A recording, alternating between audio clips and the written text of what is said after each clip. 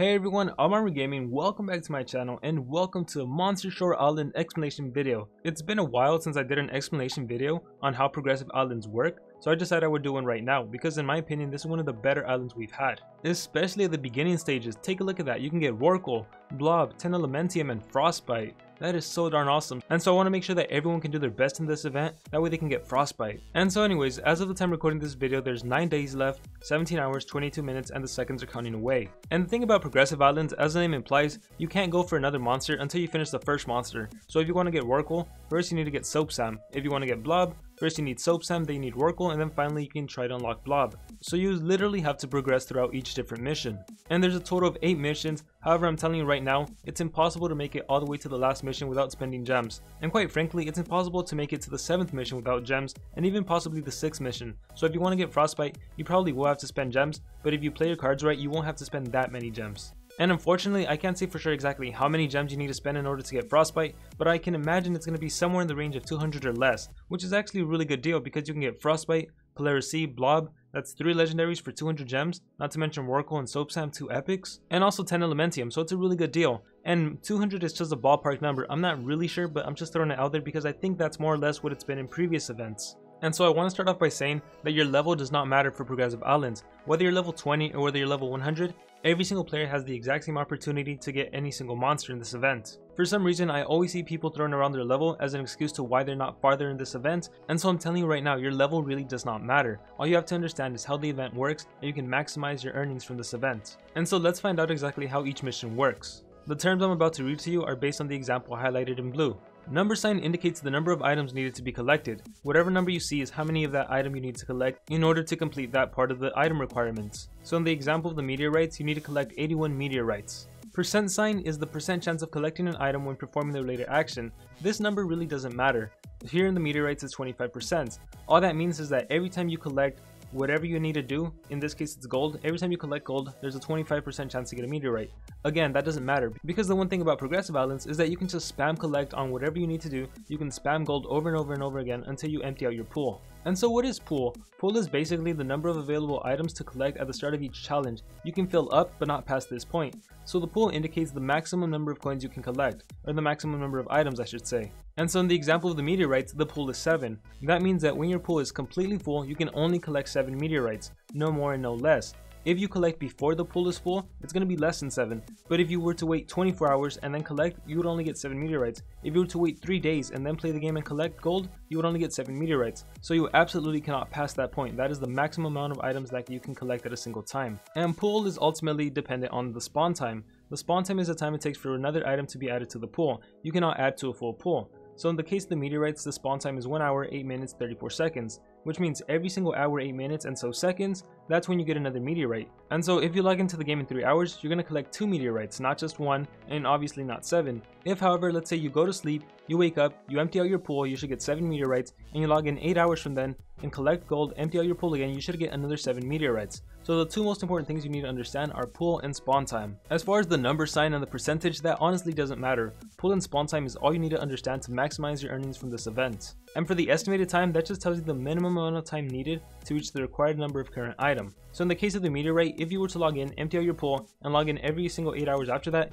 it would take a total of 3 days, 12 hours, 33 minutes, and 56 minutes to get all of those 81 meteorites. So use the estimated time to figure out more or less when you can finally complete the action. Or I should say when you're finally going to be done collecting all of a particular item. And the last thing you need to know is that every single different item type has an independent pool time, which pretty much means that if you collect gold, that doesn't affect planting food and harvesting food, or breeding a monster or hatching a monster. Everything is independent, which means you can log into the game, collect gold, and that doesn't affect the spawn time of other items. But again, that shouldn't really matter because as long as you understand pool and spawn time, and as long as you understand that you log into the game every 8 hours, everything should be simple. Essentially, you should just be logging into the game 3 times a day and you should be good to go. You should get as many monsters as possible.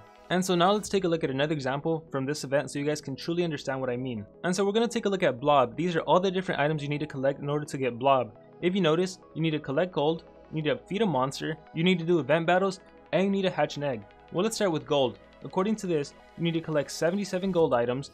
There's a 30% chance to get gold, but again, that doesn't matter. You can literally spam collect. Your pool is 6, which means every single time you empty out a pool, you're only going to be getting 6 at a time. and the spawn time is 1 hour and 20 minutes.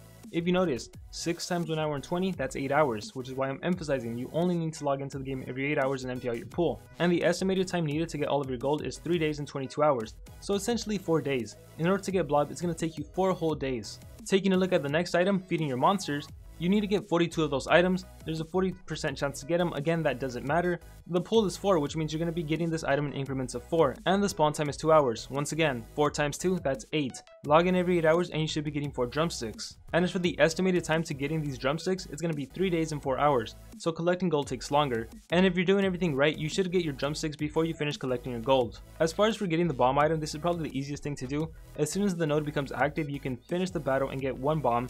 Then in 2 hours you can log in and get another bomb. And then in another 2 hours you log in and get the final bomb. And lastly, we have the hatch egg item, which requires you to get 11 of them. The chance to get it is 75%. Once again, that doesn't matter. And the pool is 1. So you can only get 1 every 8 hours. Again, this is why I emphasize just log in every 8 hours. Now if you wanted to, you could log in 4 hours for the drumsticks to get 2 drumsticks and not touch any hatching or not touch any gold. Or you can log into the game to feed your monsters and collect gold, but just don't touch anything having to do with hatching. But again, I just find it easier to log in every 8 hours, that way you can do all of your different tasks and get all of the maximum pools. And as far as the hatching the egg, that's probably one of the hardest things to do. I recommend just breeding a fire monster with a nature monster. Try to breed Panikin, spam it over and over and over again until you get it. If you find that you're not getting it, I recommend exiting out of the game.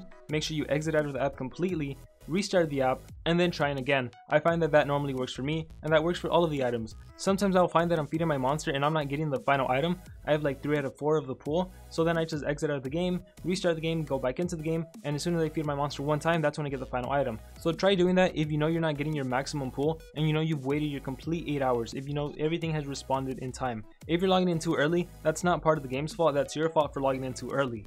And so yeah, that's basically all you need to know about this event. If you didn't learn anything, as long as this sticks into your mind that you just need to log in every 8 hours and empty out your pool, you're good to go. If you understood nothing else in that video, and you just understood that, log in every 8 hours, you're going to be solid.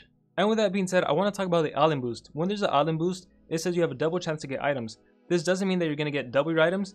Well, it kind of does, but it's kind of tricky. Instead of logging in every 8 hours, you have to log in every 4 hours. So when there's an island boost, if there's an island boost, instead of logging in every 8 hours to get your items, log in every 4 hours to get your items. And hence, that's why you're basically getting double items. It's not that your pool is doubled, it's actually that your spawn time is cut in half.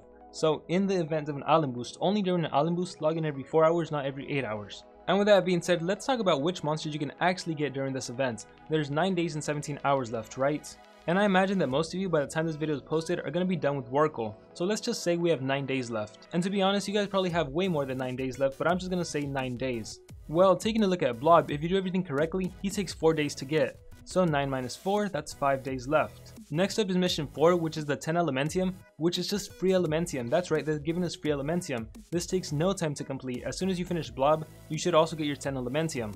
So then that moves us into the 5th mission, Polaris C.